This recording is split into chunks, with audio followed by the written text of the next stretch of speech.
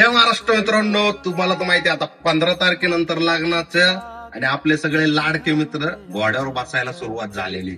आणि असाच एक लाडका भाऊ नाही का आपल्याकडं खास मुंबईवरनं ट्रेननी आपल्याकडे लग्नाची खरेदी करायला आले. त्याचं ध्येय फक्त एकच होतं की एक शेरवानी, पण क्वालिटी आणि रेट ऐकल्यानंतर भाऊनी सगळं नाही का अख्खं स्वतःच तर घेतलं, पण अख्खे कलोरे पण रंगून टाकले. तर आता कसं वाटलं टू झेड कलेक्शन मध्ये आलं? सर, मला फक्त शेरवानीच घ्यायची होती पण बाकीचे कपडे बघून सगळ्यांना, मी मित्रांना पण आणि माझे तिन्ही सेट घेऊन टाकले, तिन्ही कलर वेगवेगळ्या कलर मध्ये सगळे.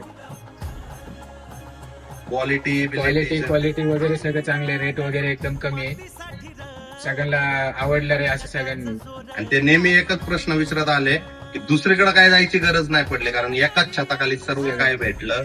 तर हे वैशिष्ट्य फक्त टू झेड कलेक्शन डोळीवाल्यांचं आहे. तुम्ही एकदा टू झेड कलेक्शन नक्की विजिट करा आणि आपल्या मनासारखी खरेदी आवर्जून करा.